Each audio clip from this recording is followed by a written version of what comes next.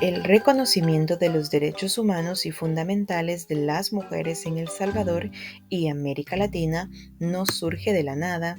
es el resultado de importantes luchas llevadas a cabo a lo largo de la historia con la participación de valientes mujeres quienes enfrentaron grandes desafíos en la sociedad y tiempo que les tocó vivir. Un ejemplo importante de la lucha por el reconocimiento de los derechos civiles y políticos de las mujeres es Prudencia Ayala, mujer indígena, analista política, reconocida activista, comunicadora social y la primera mujer candidata presidencial en la historia de El Salvador y América Latina.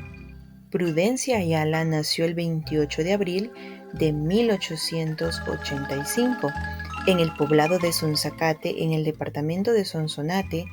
hija de Aurelia Ayala y un padre ausente con extracción de indígena mexicano, quien no le dio su apellido, motivo por el cual orgullosamente llevaría únicamente el de su madre, según sus propias notas autobiográficas.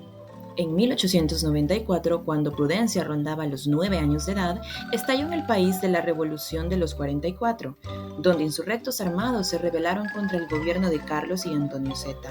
En esta insurrección participó la madre de Prudencia, doña Aurelia, a quien se le otorgó el título de ciudadana y coronela. A partir del segundo grado de primaria, Prudencia a la edad de 10 años tuvo que abandonar sus estudios, dadas las difíciles condiciones económicas de su madre.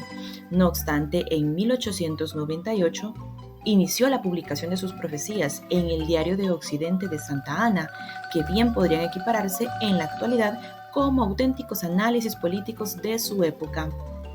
Esta actividad como redactora le valió el nombre de la Síbila Santaneca y la apertura a espacios de discusión tradicionalmente reservados a los hombres académicos de la época.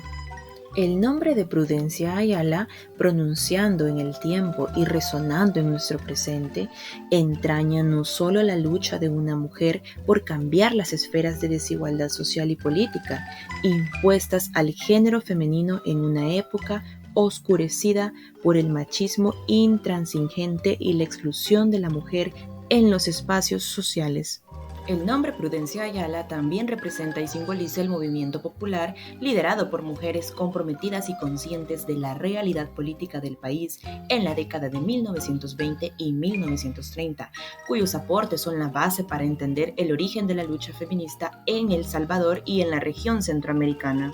En el año de 1921 transcurrió en medio de un ascenso significativo de las mujeres en la participación política en la coyuntura nacional y centroamericana.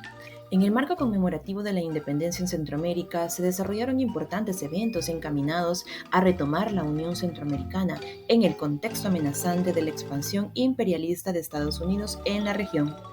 En enero de 1921 se dictaron conferencias en el Teatro Principal de San Salvador sobre tópicos unionistas, donde la participación de Prudencia Ayala fue destacada bajo una tajante denuncia a la política imperialista estadounidense.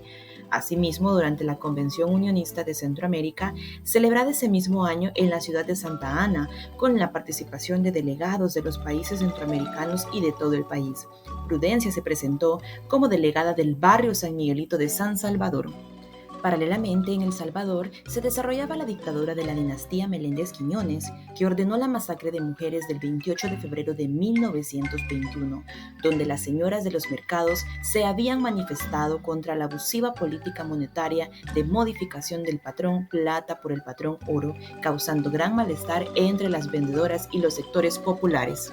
Prudencia fue encarcelada en ese mismo año por denunciar públicamente el entonces alcalde de Atiquizaya, Carlos Durán, por sus abusos y escándalos en estado de ebriedad, y cabe destacar que anteriormente en tierras guatemaltecas fue puesta en prisión por denunciar la tiranía del entonces presidente Manuel Estrada Cabrera. En octubre de 1921, el Congreso Federal Constituyente aprobó la Constitución Centroamericana, que reconocía en el artículo 29 el voto a las mujeres, cuya adhesión del Estado salvadoreño permitió que se realizara la primera elección democrática, donde participaron mujeres, aunque con restricciones.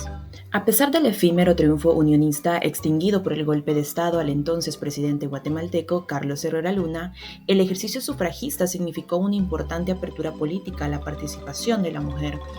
En 1922, dentro del contexto del proceso electoral rumbo a la elección presidencial en El Salvador, el candidato en oposición a la dinastía Meléndez Quiñones, el doctor Tomás Molina, fue ampliamente respaldado por sectores de mujeres quienes identificaban a Molina como un decidido unionista. Sin embargo, mujeres en apoyo a Molina fueron reprimidas violentamente por la dinastía. Tal es el caso del ataque sufrido por parte de las Ligas Rojas en noviembre de 1922 durante una manifestación en Sonsonate y el 25 de diciembre de ese mismo año con la denominada Masacre de Navidad, donde mujeres manifestantes pro-molinistas fueron asesinadas y otras heridas con machetes y armas de fuego por efectivos de seguridad del gobierno de los Meléndez Quiñones en el centro de San Salvador, donde algunas fuentes ubican a Prudencia Ayala tomando la palabra en esa manifestación. Prudencia es conocida en la historia como la primera mujer en postularse como presidenta en El Salvador y América Latina. Lo hizo en el año de 1930 por el Partido Unionista, mucho antes de la proclamación de la Declaración Universal de los Derechos Humanos, la Convención sobre la Eliminación de todas las formas de discriminación contra la mujer y la Declaración de las Naciones Unidas sobre los Derechos de los Pueblos Indígenas. Por tanto, la imagen de Prudencia Ayala se ubica entre las figuras pioneras y parte esencial de las luchas iniciadoras por el reconocimiento y vigencia de los derechos civiles y políticos de las mujeres, y especialmente de la mujer indígena. Prudencia se enfrentó a un sistema patriarcal y excluyente a lo largo de su carrera política. En noviembre de 1930 solicitó su inscripción como ciudadana en la alcaldía de San Salvador para lanzarse como candidata presidencial, siendo negada por el entonces alcalde Severo López, alegando que no era constitucional. Ella pidió amparo a la Corte, que a su vez se lo denegó, manifestando que el artículo 37 de la Constitución concedía amparo por derechos individuales lesionados, no por derechos políticos.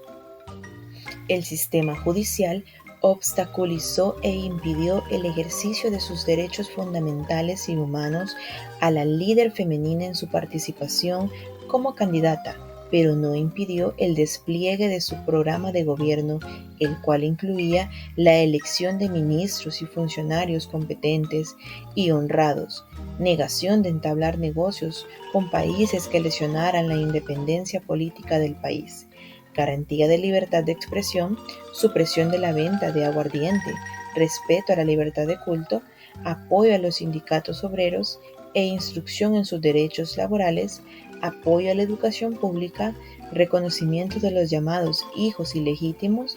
y el adelantado reconocimiento de los derechos políticos y ciudadanos con derecho al voto y a ocupar cargos públicos por mujeres. Prudencia Ayala falleció en San Salvador el 11 de julio de 1936. No obstante, su legado y ejemplo se mantiene vivo en cada una de las justas reivindicaciones de las mayorías populares y especialmente de las mujeres en el reconocimiento de sus derechos humanos. Frente a la aún imperante desigualdad y exclusión de la participación de las mujeres en espacios de participación política, derechos que no pueden ser reducidos únicamente al ejercicio del voto, sino que implica la igualdad de condiciones respecto a los hombres de pronunciarse públicamente frente a los problemas estructurales y coyunturales de la sociedad sin ser víctimas de ofensas y burlas, tal y como las sufrió Prudencia.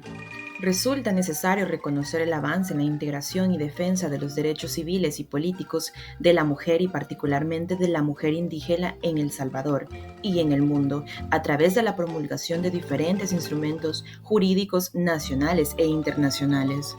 También es necesario advertir que se debe expandir su aplicación práctica más allá de los marcos jurídicos, especialmente con la construcción de una cultura inclusiva que garantice el verdadero goce de los derechos humanos y fundamentales por igual entre los seres humanos.